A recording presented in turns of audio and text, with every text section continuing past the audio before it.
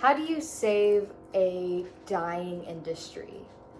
Especially when this industry is being combated by the evolution of technology and infrastructure and industry and just the world as a whole.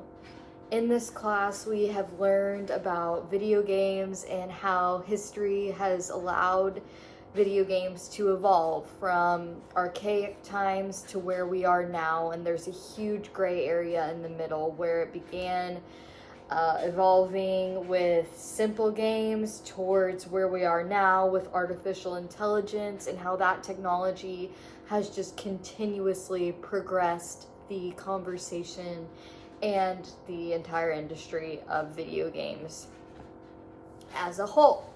Now, specifically, I will be talking about how the history of video games is compared to the alternative history of video games, where we see a not necessarily linear progression in the evolution of the technology used in video games, but rather a reversion back to the nostalgia involved with playing older video games and encompassing those ideals into a more modernized version while still holding true to what the game or the material once was.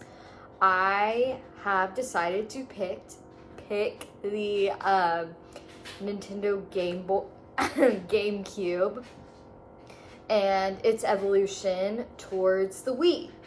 What I mean by this is the GameCube was revolutionary for Nintendo. It gave the controller type console a new life and is really responsible, honestly, for popularizing the idea of a console played with a controller with a wire attached. Now, the Nintendo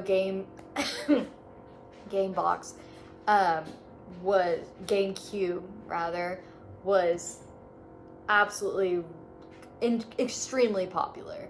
And as history progresses, we see the kind of dying down of the popularity of console video games, which is what the alternative history is combating against. Now, what we see in order to preserve the GameCube was evident by the Wii. Now, the Wii was revolutionary via the wireless controller and all of the aspects it incorporated by making it a lifelike game environment where you did not need a controller with stick movements. Now, what the Wii did was it allowed for the incorporation of GameCube games to be played on its console.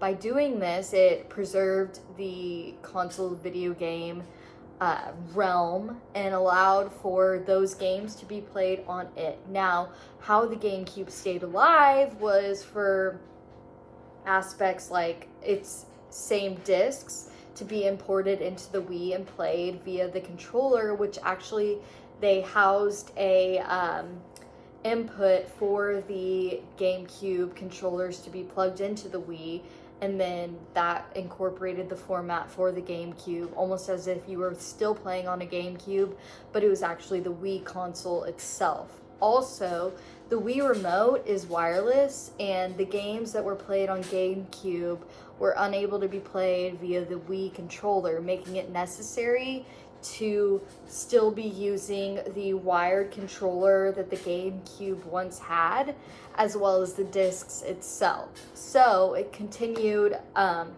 allowing for the need for those materials, which is completely contradictory to the other evolution in the video game history, which neglected the need for any past advancements in the video game technology, like the console and like the actual physical controller.